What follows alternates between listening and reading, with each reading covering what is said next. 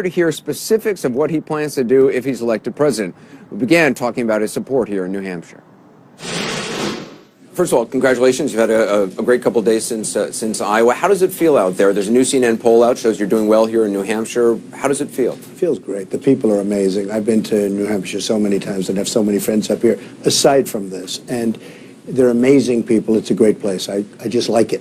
I feel comfortable. You're doing more in New Hampshire. You're doing more smaller events. You're doing more events. I think you've had 4 or 5 already today. Yeah. Events like this with kind of people up close asking you questions. Is that a change in strategy? And if so, why? I don't think so. I just feel very comfortable up here, and I love being here. And you know, I've just been embraced. I have friends that have nice houses, and they invite me over to dinner, and they would anyway, whether I was doing this or not. But there's a great level of comfort in New Hampshire for me. In this poll, Marco Rubio has also now jumped to 2nd place. Mm-hmm. Do you think he's more of a threat than Ted Cruz? I don't know. I mean, it could be somebody out of the pack. You know, I'm watching your stuff every night, and I'm saying, wow, who's going to be moving? I've been doing well. I guess in the polls we do pretty well, but I don't know who's second. I really don't.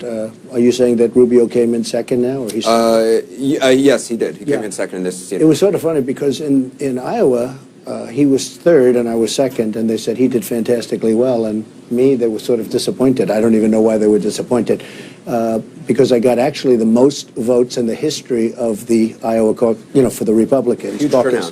And we had a huge turnout. It was really a tremendous, I mean, I must say I really enjoyed Iowa. But there's a different feeling here. This is an amazing feeling with the people, with the crowds. You probably saw the crowd I had this morning. It was just incredible. How important is it for you to win here? Well, I'd love to win because I like to win. I mean, my life is about winning. You know, I don't like to I've heard that about you. But, you know, it's your definition of win when you come in second out of 11 people, and actually 17, because we started off with 17. Many dropped out. So let's say you're second out of 17. You know, I mean, I would consider that good. But I would love to be number 1 in New Hampshire. I think it would send a great signal. And, you know, my whole thing is make America great again, Anderson. That's what I want to do. I want to make America great. And there's so many things we can do to take back our country, because we're losing our country. I mean, we're doing deals that are so ridiculous. The deal with Iran, where we're handing over $150 billion, and we get nothing. It's not like we get nothing. So many horrible things are taking place. If you look at trade with China, we're going to make for them this year $500 billion. We can't do it. We can't afford this. Mexico, Japan, Vietnam, that's another one coming on very strong. They're coming on so strong. Vietnam, you don't believe what's going on over there. And they're taking our jobs, they're taking our money, they're taking our base, they're taking everything from us. And it's not going to happen if I get elected president. It's not going to happen. You came in second in Iowa to Ted Cruz. Let's talk about Cruz. You've basically accused him of fraud, of stealing the election in Iowa. You talked about wanting a new election there. Have you actually spoken to Republican Party officials about that? No, look, I'm into New Hampshire now. It's just one of those things. It was sort of a lot of strange things. And, you know, I like Ben Carson very much, and he got pretty roughed up, frankly, although it affected me maybe more than Ben. But I'm so much, because I've been now here for 2 days, I'm so much into New Hampshire, that I don't care about that anymore. But do you think Ted Cruz intentionally was spreading I don't care. I mean, I don't want to even say, let's see what happens. I guess people are looking at it. Who cares? We're into here. I picked up a lot of delegates. You know, I was second. I picked up 1 less than he did, so that's not going to be even a factor. But this is the place that I'm focused. Are you going to be focusing on Rubio in speeches? I may, but I don't think so much. I think the people have to make up their mind. Look, I'm going to do things that nobody else can do because I'm really good at trade. I built an unbelievable company. You saw that. Everybody went down. They looked. They never saw my numbers before. My company that I built, very little debt, tremendous cash flow, some of the greatest assets in the world. And I say that not in a braggadocious way. I say that's the kind of thinking we need in this country. We have $19 trillion in debt. Nobody even knows what trillion means. We have $19 trillion in debt. Now with this horrible deal they just negotiated with the budget 2 weeks ago, that's going to add another $2 trillion in debt. We need somebody that has the kind of thinking that I have, whether we like that thinking or don't like that thinking. It's really good for what we're talking about. One more on Ted Cruz. He did say that you basically had a Trumper tantrum. Have you ever heard that phrase before? No, I haven't, actually. I love that phrase. I think that phrase... I love that phrase. You That could phrase is all trademark over the that place. phrase. I actually like that phrase. I may have to. That's good. I'm going to trademark it before he does. Look, we need a strong tone nowadays. You know, when you talk about tantrum, I don't have tantrums. You can't build great businesses and have the relationships that I have if you have tantrums. But I will say this. We need somebody with a strong tone. I remember when, on the same day, Hillary and Jeb Bush, here's Jeb, spent like $100 million and he's nowhere. And he likes Common Core and he's weak on immigration. And where is he coming from? And Hillary, the same day, they said Donald Trump's tone, my tone, is tough. And I said, you know, they're chopping off heads of Christians in the Middle East, all over the Middle East, ISIS. They're doing all sorts of things that haven't happened. It doesn't seem to me like since medieval times. I mean, you know, I used to read medieval times they chopped off heads. I haven't seen that. And then, you know, you look at what's happening in this world, how mean, how vicious it's become. And I have these people saying, well, Donald Trump's tone is tough. I mean, the problem we have is everybody's so politically correct that our country's going to hell. So we're going to turn it around, and hopefully we're going to do a great job. And by the way, I know we're going to do a great job. It's so easy. We're going to have the greatest business people. Carl Icahn endorsed me the other day, all of the great business leaders. We're going to lose a lot of companies. You know, Pfizer's leaving and others are leaving now, corporate inversions. They can't get their money back into the country because of stupidity. Everybody agrees they should get it back. Democrats and Republicans, they can't take it back. They're leaving the country. We're losing some of our greatest companies. They're leaving. You know, Pfizer is going to Ireland, but they're going to Europe. They're going to Asia. I will stop that in 2 seconds. I want to have you meet some of the voters. Some of them Right. are supporters of you. Some of them are undecided at this point. I want you to meet Brian Tilton. He's standing over there. He says he's leaning towards. Hello. He's leaning toward you. Brian, you have to have dinner with me He's tonight. considering some other candidates. Brian, what's your question? Hi. Since Obamacare passed, I've lost my health insurance 3 times. Many people have. My out-of-pocket expenses are sky high. I'm maxed out this year because I had surgery a couple months ago, and I don't have my doctor anymore because of Obamacare. I've heard you say you want to repeal and replace Obamacare. Right. What are you going to replace it with? Okay. First of all, I have been so against Obamacare from the beginning, as you know. Repeal and replace. I was totally opposed to it. They did the $5 billion website that didn't work. I have websites all over the place. They cost me 15 cents if you have the right person doing them, right? We're going to have great health insurance. We're going to bring the private sector in. We're going to get rid of the borders. You know, I'm the only self-funder in this whole race, on Democrat or Republican. The only self-funder, Anderson. I'm putting up my own money. When I come up here, it's costing me. It's not costing the public. It's not costing, worse than the public. It's the insurance companies are putting up money for all of these people. The oil companies are putting up money. The drug companies are putting up money. And I'll tell you one quick story about that in a second. But we're going to take down the borders, because I have a lot of specifically for Let me healthcare. explain. Yeah, for healthcare. Because what happens is the healthcare companies, the insurance companies, they put up tremendous money for Obama and other people that are running for office.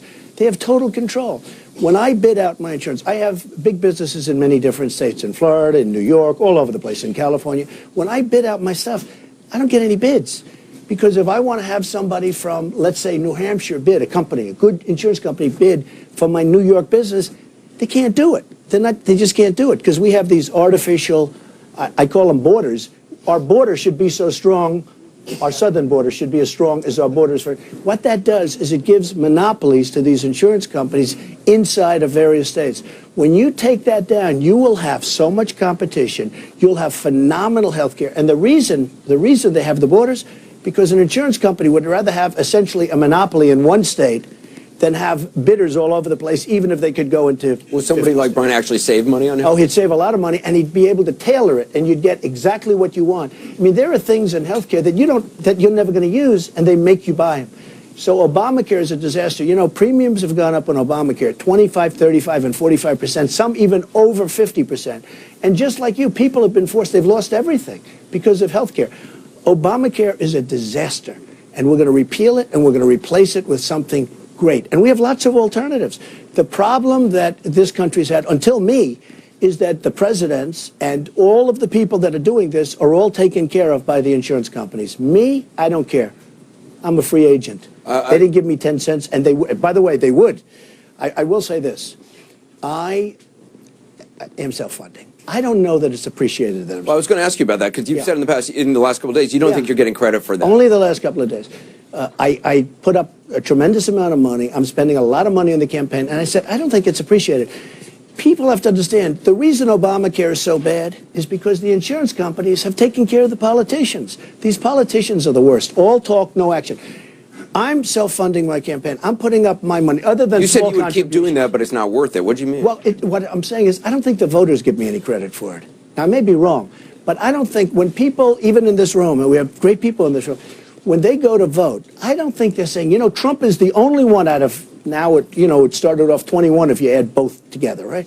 Out of 21 people, I'm the only one that's putting up my own money. And it's a lot of money. Now, I'm an efficient person, so I've spent a tiny fraction of what a guy like Bush spent. Getting a lot of free media coverage. And I get a lot of free. I was supposed to be up to $45 million as of today or tomorrow. That was my budget. I've spent a small fraction of that. Now, that's also good management. That's what we need in the country. So I'm number one of the polls. Bush is almost down at the bottom. He's spent over $100 million, and I've spent peanuts. Now, with that being said, I'm going to spend a lot of money. You know why? Number one, I don't want to take a chance. So we're taking commercials and good commercials. And number two, I feel guilty not spending a little money. I actually feel a little bit guilty about it. You want to know the truth. But isn't it nice? And wouldn't it be nice if, so I spent just about the least money, and I'm number one in the polls. Whereas other people have spent tremendous amounts of money and they're nowhere. Wouldn't it be nice if we could do that for our country? Up next, more of my conversation with Donald Trump and a group of New Hampshire voters. He says he's all about winning and great deals. He talks about those things a lot. So I asked Trump whether he thinks compromise is actually a dirty word. His answer when we continue. With Donald Trump up close and personal. Today he took questions from voters at Theo's restaurant here in Manchester, New Hampshire. Even made a quip about having dinner with one voter who was leaning toward voting for him, but not 100% sure. It became a running joke. It was a casual atmosphere in the restaurant. But some of the voters' questions tackled the big issues. Whether Trump answered those questions, you can decide for yourself. Take a look. You talked about taking Brian to dinner. Maybe you'll take him to dinner at Timothy's restaurant. This is Timothy Baines. He's a restaurant owner. He says he's still undecided, so you could convince him as well. Timothy? Yes. Hi, Mr. Trump. Hi, Timothy. Hi there. I own a small restaurant here in Manchester and interact with young people on a daily basis. Okay. It's clear they don't trust Washington. I don't either, Timothy. Less than anybody, maybe. Absolutely. I know too much. It's a polarized environment, and I feel like a lot of that's because of our most recent two presidents. What tools will you bring to the table to be able to work with people on both sides of the aisle? It's a great question. In Manhattan, I built a tremendous company, and somebody was mentioning today, I built a job. I built really a city on the west side of Manhattan. You know it very well, Anderson, Trump Place, and it goes from 72nd Street to 59th Street. I had to get zoning. Now, this might sound simple. Anderson would understand, people that are in Manhattan, you would. Not an easy thing to do. I was told that it was impossible. In fact, I bought the land very inexpensively because people said it was impossible to ever get it done. I got it zoned for a almost 6,000 unit job with tremendous shopping, with tremendous parking, thousands and thousands of spaces. I got it zoned for one of the great jobs, and it's been a tremendous success. They did a great job. To get that zoned and to get that taken care of, you can negotiate anything. One other thing I say, I just got the old post office recently on Pennsylvania Avenue. I'm building a hotel. Every major company in the country wanted that, hotel company, and I got that. Who did I get it from? The Obama administration, if you think about it, right? I had a great plan. I have a great balance sheet. I got it from Obama. We can solve problems if we have people that are Politically, though, you're polarizing, but you're saying once you get to Washington, you can actually get deals done. I get along with people. Look, Ronald Reagan and Tip O'Neill were very opposite. They got along. They had a great relationship. So is compromise they really liked a dirty each word? other. For some politicians, compromise is not a dirty word, but we have to get a much better part of the compromise. It's not a dirty. I mean, we have people that will never be able to make deals. Somebody said, oh, he'll make deals. I'm going to make good deals. That's what I do. I made billions and billions of dollars by making good deals. There's some conservatives who worry you'll make deals too much, that you'll compromise too much on conservative principles. I'm not a huge compromiser, I have to tell you. I make great deals. I make deals. I own some of the greatest assets in the world. People wanted them. Everybody. Is it more important to get a deal or to stand on a principle? You have to both. Honestly, you have to both. You got to get the deal done, but only if it's right. For instance, on the Iran deal, I would have never started negotiating that deal unless they let our prisoners go first. I would have gone in, I would have said, fellas, got to let our prisoners go. They would have said no, I would have walked, I would have doubled up the sanctions. Within 24 hours, they would have let the prisoners go. Then I would have gone in. Now I would have gone a second bite. I would have said, listen, We're a busted country. We have no money. We owe $19 trillion because I want to take my father always said, take the lumps out. He used to say, son, take the lumps out. Okay? What does that mean, So take the that lumps means out? make it a little bit nicer. Okay. Because normally I go and say, we're not giving you the 150 billion. So instead I'd say, fellas, we owe 19 trillion. We're a country that has no money. We can't give you the 150. They'll say, but we want it. I say, we can't give it. We don't have it. We don't have it. That's called taking the lumps out as opposed to, okay. They will go crazy. It'll break up. 2 days later, they'll call back, let's make a deal. We keep the $150 billion. And by the way, what have they done with the, he's starting to like me, but I'm liking this guy. I think I got him. I think I'll have them both. But you know what? What have we done with 150? What have they done? They bought 118 Airbus planes, not Boeing planes. They're spending all of their money in Europe. They're giving Russia big chunks of money for missiles. I didn't even know they were allowed to buy missiles. Why are they allowed to buy missiles? It's so unfair and it's so incompetent. Well, that was just the beginning. Donald Trump fielded a lot more questions in that restaurant today, including one from a father who said he's not sure that Mr. Trump would be a good role model for his daughters if he's elected president. We'll see how Trump answered that in a moment. Voters, some of them undecided, at a restaurant here in Manchester. Not a stretch to say that votes can be won or lost in a diner, far more intimate than a rally. The candidates are up close and personal, close enough to see every expression, hear every inflection. Some of the people who joined us at Theo's had some tough questions for Mr. Trump, including a man who said he's not sure that a President Trump would be a good role model for his daughters. I want you to meet Joe Manzoli. He's from Hudson. He says he got a few top contenders, still undecided. Joe? Hello, Mr. Joe. Trump. Hi. Are you liking me better at least? Sure. But only because I get to stand here. That's good. Thank you so much for being here. Okay. I have 3 wonderful daughters at home. Good. And I want nothing more for them than to look at their president as a role model. Throughout the course of this campaign, you've said some disparaging comments about women, about people from other countries, other religions, and about everybody who's disagreed with you. Explain to me how I can look at my daughters and have them look up to a President Trump as a role model. Well, first of all, nobody. Who asked you to give this question? Did Anderson? No. This is a CNN. By the way, this is a CNN setup, but that's okay. It's not. Nobody has more respect. Just for the record, we did That's not okay, tell I'm sure. anybody any questions. Nobody has more respect for women than I do. 30 years ago, I had a woman building a major construction job in New York City, and that never happens. That just didn't happen. I have so many women executives. In fact, your people actually came over and checked, and they couldn't believe it. I have so many women executives. I have been great to women, and women have been great to me. They've done a great job.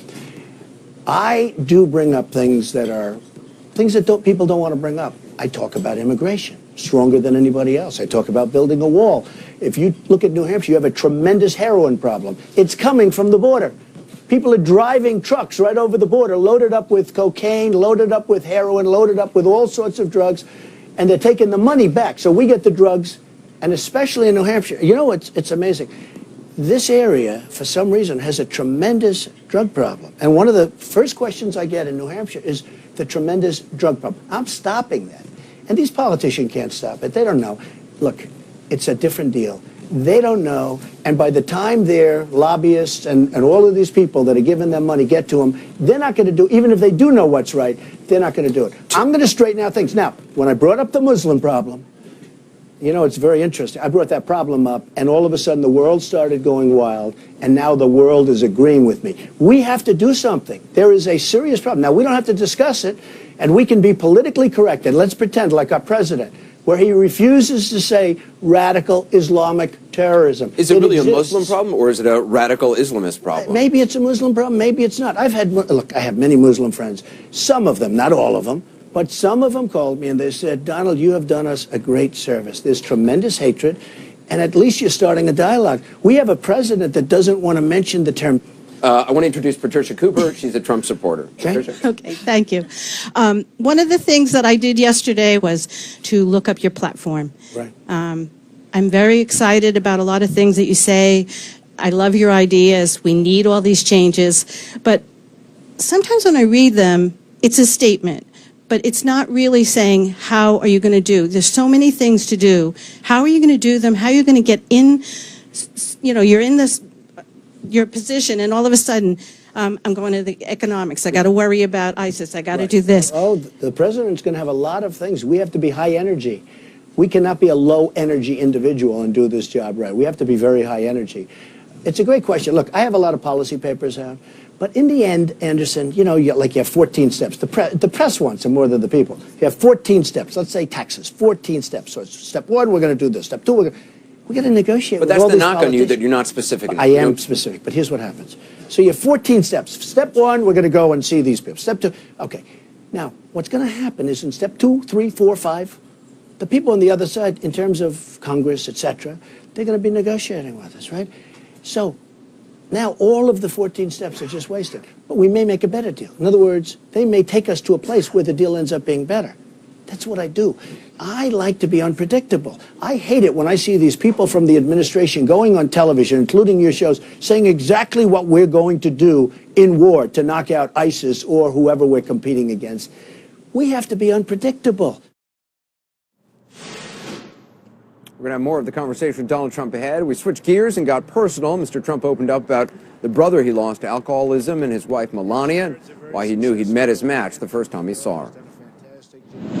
We've shown you how Donald Trump handled questions from voters at a diner here in New Hampshire today. They asked him about a lot of serious issues, health care to the economy to gridlock in Washington.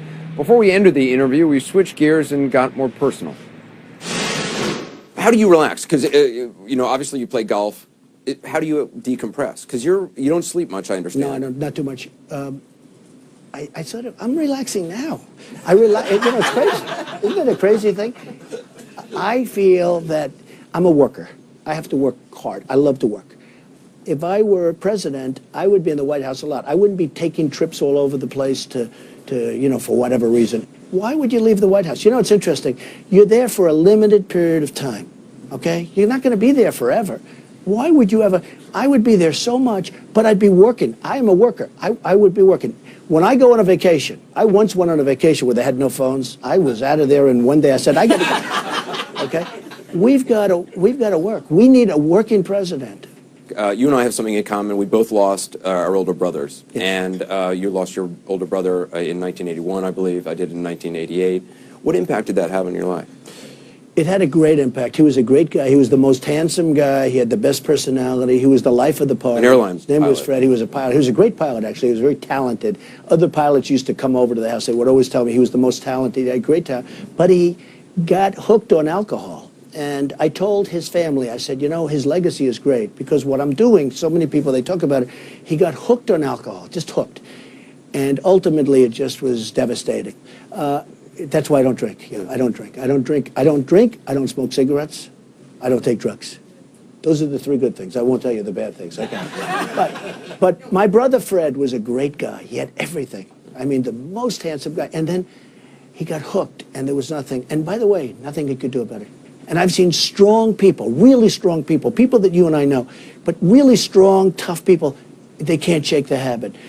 The way to shake the habit is not to start. My brother used to say, and he knew he had a problem, he used to say to me, no drinking, no drugs, and no alcohol. Actually, he would leave the drugs out. What I do is I say to my kids, I've always said from the time, no alcohol, no cigarettes, no drugs.